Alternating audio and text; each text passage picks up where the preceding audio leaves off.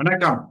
Today we are going to see another interesting RBI circular which gives importance to the exporters specifically. And this circular is called as RBI Trade Relief Measures Directions 2025. This directions will definitely going to help all the exporters. We'll see the details in detail in this part. And before going to that, I want to say my disclaimer. Viewers are advised to read the RBI circular number RBI 2025-26-96 DOR STR REC 60/21.04.048 2025-26 dated 14/11/2025. The viewers, they have to read the circular and understand the contents correctly. I am not responsible for any misunderstanding or wrong understanding because of my presentation. Here, whatever I said, it is my observation and it is my view only. With this small introduction, I am going to start the introduction of the direction. And it is normally the duty of the Reserve Bank of India to maintain the credit system of the country. If they maintain the credit system of the country in a positive manner, then everything will grow. Sometimes there may be some global disruption that may affect the country's business. So this has to be taken care of because of this global disruption. There are a lot of problems to the borrowers because of repayment of principal or interest. For that, this direction will definitely going to help you everyone. So in order to ensure the viable business, the RBI has issued this directions here, and this is a very good direction, and this has to be understood or read by all the exporters. Normally, the global disruption is due to the war, which is prevailing globally, and also the tariff war. Also, it is also going because of that. Lot of business people in India, particularly almost all the exporters, have been affected because of the exporters. Problem, even the domestic business also is affected. So, in order to help the exporters, this direction is being issued by the Reserve Bank of India. This direction is called as RBI Trade Relief Measures Direction 2025, and the RBI says it has to come immediately. That is from 14/11/2025. This direction comes into the place. So applicability to whom this is all applicable. So they say that this is applicable to all the REs, that is regulated entities. That is overall regulated entities. Here, as for this circular, is commercial banks, primary urban cooperative banks, state cooperative banks, central cooperative banks, NBFC, which includes housing finance companies, all India financial institutions, credit information companies, particularly these, because of these directions, the CIBIL group also will be affected. So for them, this circular, this direction is applicable. Who are eligible to get this benefit? That is, here, the regulated entity, they have to form their own policy, and in what manner they are going to give the relief. And all this, after framing the policy, they have to disclose this in the public domain. And the before going to give the relief to the borrowers, that is export borrowers, the regulated entities have to satisfy themselves that their business has got actual trade disruptions, and that too it is caused by global headwinds.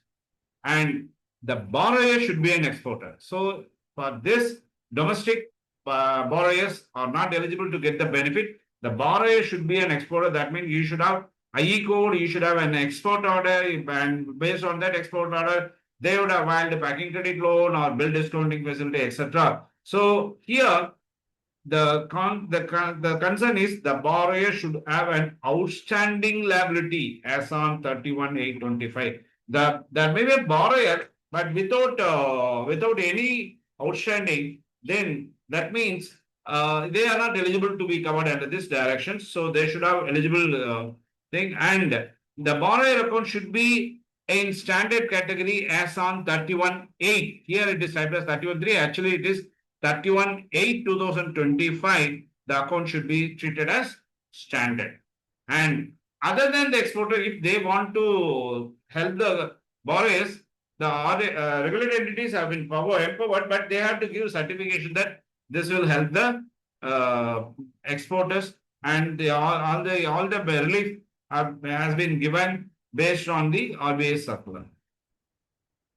Now they have classified the relief measures into two parts. One is for the term loan and one is for another thing is cash credit and OD. Here we are going to have discussion with reference to term loan. Regulated entity has to grant moratorium on all payments. So here all payments include principal plus interest or interest.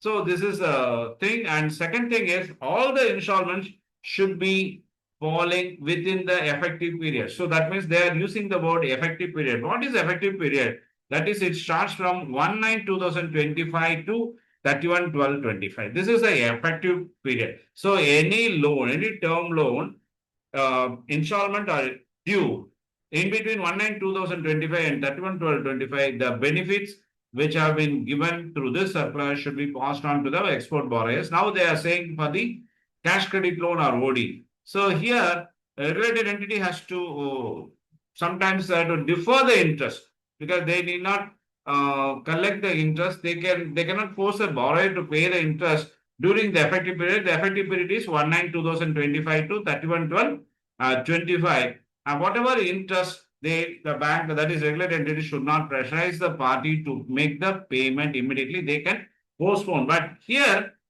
they say that for all the term loan CC or OD, during the moratorium period or deferment period, the interest shall continue to accrue. That means no interest is waived, but it is continued to accrue. But only one instruction the RBI has given: the bankers, they have to charge only the simple interest and not the compound interest. This is the point that everybody should look into. Suppose if you are an exporter, please, if you have got exporter client, please advise your client that the interest should be charged only on the simple interest basis and not on compound basis. Next one is the accrued interest, that is in between period of 1/9/2025 to 31/12/25. All the accrued interest should be added and converted into FITL, that is funded interest term loan. And this funded interest term loan has to be repaid on or after 31/3/26, that is from 1/4/26 to 39/2026.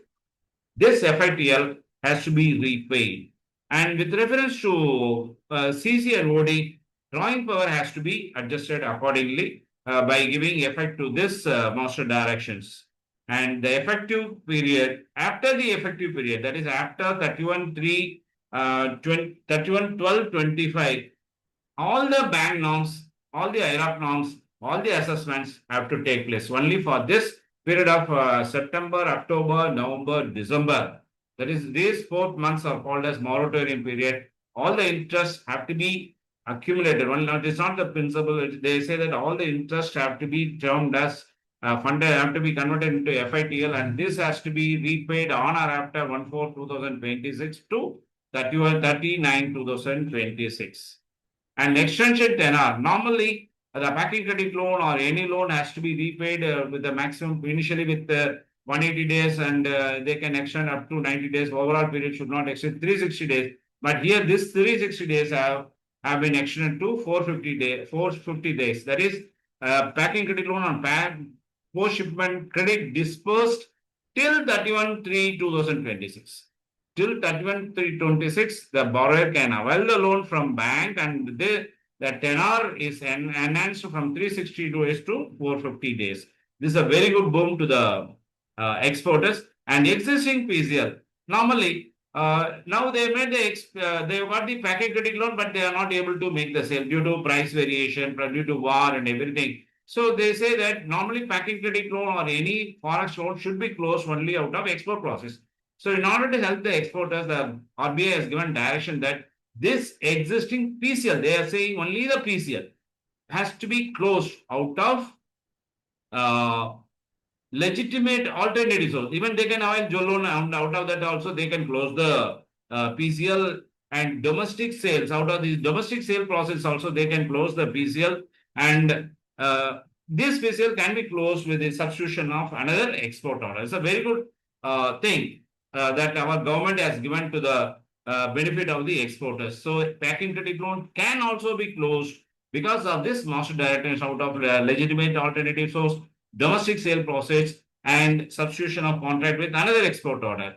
Now, with reference to the asset classification, this is very, very important because if there is any thing, then NPA provisions are coming. So, during moratorium or deferment period are excluded from the IROC norms. That is, from the NPA classification, they have been excluded, and this exclusion should not be treated as restructuring because restructuring of any advance amounts to downgrading of NPA. So this has to be specifically excluded, and no downgrading is possible, is not to be considered. Then after moratorium period, after deferment period, regular IRAC norms comes into the effect. So the regulated entities, they have to inform this to the credit information companies, and they should not be included and their asset classification with reference to loan failures, that is CIBIL. Let us take CIBIL. This should not be reflected in the CIBIL. Now, another thing is provisioning.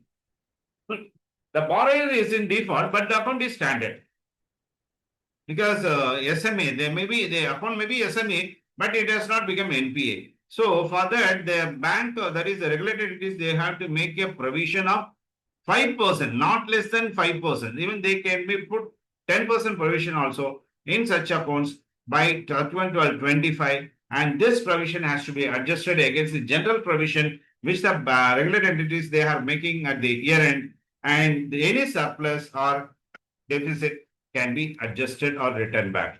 And this has to be done on or before 36 2026.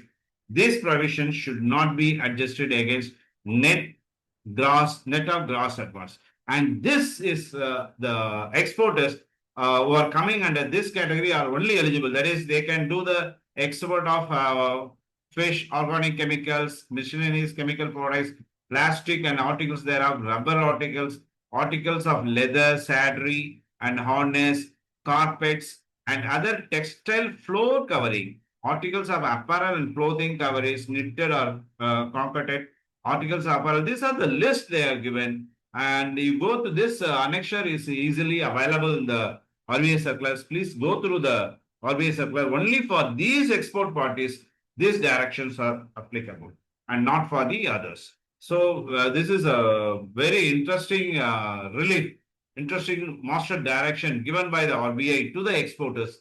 This must be followed by all the regulated entities, and it's a right of the exporters to go to the bank to avail the benefit. This is my suggestion. And with this, I am just closing my presentation today. And thank you very much for patiently watching this program. Nandri, Vanakkam.